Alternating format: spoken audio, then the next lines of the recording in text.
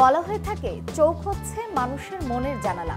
মানুষের চোখ দেখে বলে দেওয়া যায় তার মনে কি চলছে। তিন ধরনের অনুভূতির কারণে মানুষের ভ্রু উঁচু হয়ে থাকে।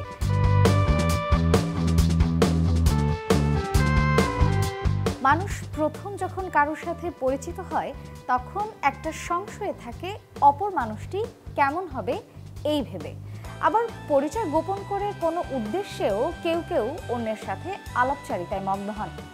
এমনই নানা সংশয়, ভয়, উৎকণ্ঠা থেকে নিজেকে বাঁচাতে আজ বলবো কয়েকটি ছোট্ট ট্রিক্স।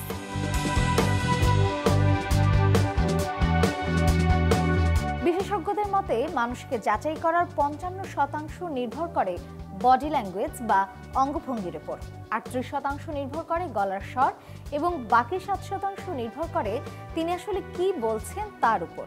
অর্থাৎ এই তিনটি বিষয় খেয়াল করলেই আপনি বুঝতে পারবেন মানুষটি কেমন। বলা হয়ে থাকে চোখ হচ্ছে মানুষের মনের জানালা। মানুষের চোখ দেখে বলে দেওয়া যায় তার মনে কি চলছে। যেমন ধরুন, কেউ যদি অপলক বা দীর্ঘক্ষণ আপনার দিকে তাকিয়ে থাকে তাহলে বুঝতে হবে আপনার প্রতি তার রোমান্টিক কোনো আগ্রহ আছে। আবার আপনি কারো চোখে দৃঢ়ভাবে তাকানোর পর যদি তিনি আপনার চোখের দিকে সরাসরি না তাকাতে পারে কিংবা বারবার অন্যদিকে তাকায় তাহলে নিশ্চয়ই সে কিছু লুকাতে চাইছে অথবা নার্ভাস। এমনকি আপনি কথা বলার সময় যদি সে এক দৃষ্টিতে তাকিয়ে থাকে বা একবারও চোখের পলক না ফেলে তাহলে বুঝবেন সে হয়তো মিথ্যা বলছে, নয়তো মনে মনে অন্য কোনো প্ল্যান করছে বা ভাবছে। একটি মানুষ কতটা কমফোর্টেবল তা বুঝতে খেয়াল করুন তার চোখের ভ্রুর দিকে। তিন ধরনের অনুভূতির কারণে মানুষের ভ্রু উঁচু হয়ে থাকে: অবাক, চিন্তা আর ভয়। আবার আলাপচারিতার বিষয়ে যদি এই তিনটির কোনোটিই না থাকে তাহলে বুঝতে হবে ওই বিষয়ে কথা বলতে বা শুনতে তিনি আগ্রহী নন।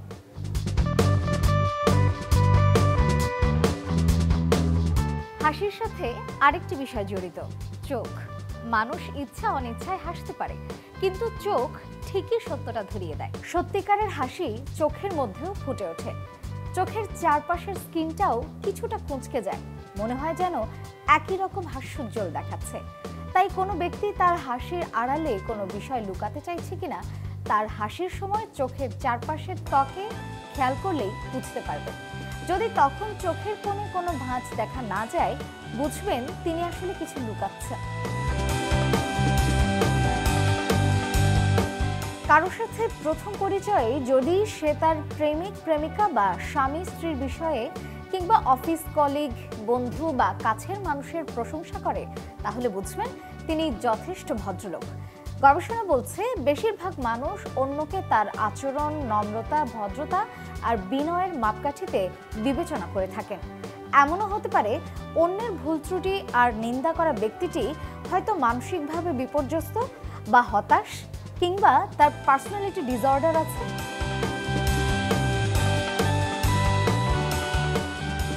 প্যারাল্যাঙ্গুয়েজ হলো কথা ছাড়া যোগাযোগের অন্য মাধ্যম, যেমন গলার স্বর, ভঙ্গি বা কথা বলার ধরন কিংবা বিনয়। মূলত এটি হচ্ছে অন্যকে নিজের কথার প্রতি মনোযোগী করার একটি অভিনব উপায়।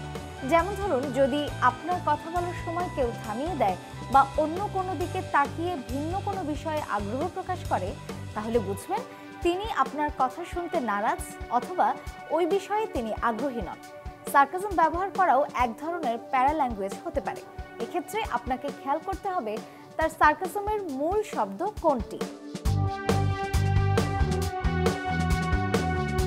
কেউ যদি আপনার সাথে দেখা করতে আগ্রহী থাকে বা দেখা করে তার ভালো লাগে তাহলে সে আপনার দিকে বডিলি ঘুরে চোখের দিকে তাকিয়ে কথা বলবে। আর যদি তার আপনাকে ভালো না লাগে তাহলে সে মনের অজান্তেই অন্যদিকে ঘুরে যাবে এবং দৃষ্টিও সরিয়ে নেবে। এর মানে হলো সে আপনার কাছ থেকে পালাতে চাইছে।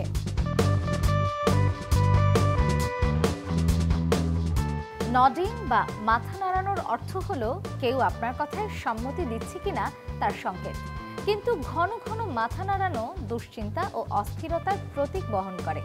যদি আপনার কথায় কেউ ফ্রিকোয়েন্ট নডিং করেন বা ঘন ঘন মাথা নাড়ান তাহলে বুঝবেন সে আপনার নির্দেশনা অনুসরণ করতে চাইছে না অথবা সে ভাবছে আপনি তার ব্যাপারে কি ভাবছেন।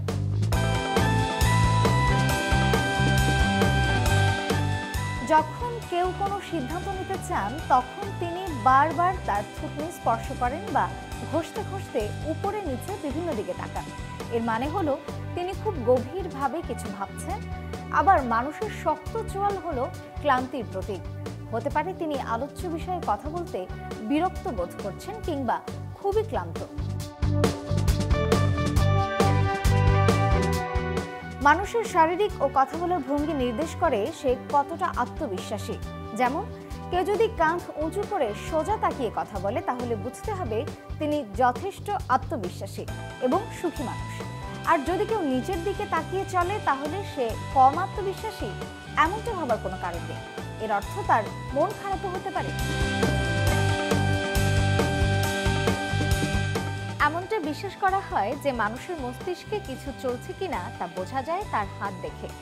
সাধারণত মানুষ তার হাত দুটো একসাথে করে তখনই ঘষে যখন তার মধ্যে কোনো পজিটিভ ফিলিং কাজ করে কিংবা কোনো কিছু পাওয়ার আশা আছে আর এই ব্যাপারে তার যথেষ্ট উদ্বেগ রয়েছে। পরিচিত কিংবা অপরিচিত কাউকে যাচাই করতে চাইলে এই কয়েকটি বিষয় খেয়াল করে দেখুন, নিশ্চয়ই বুঝতে পারবেন। প্রয়োজন শুধু একটু সতর্কতা।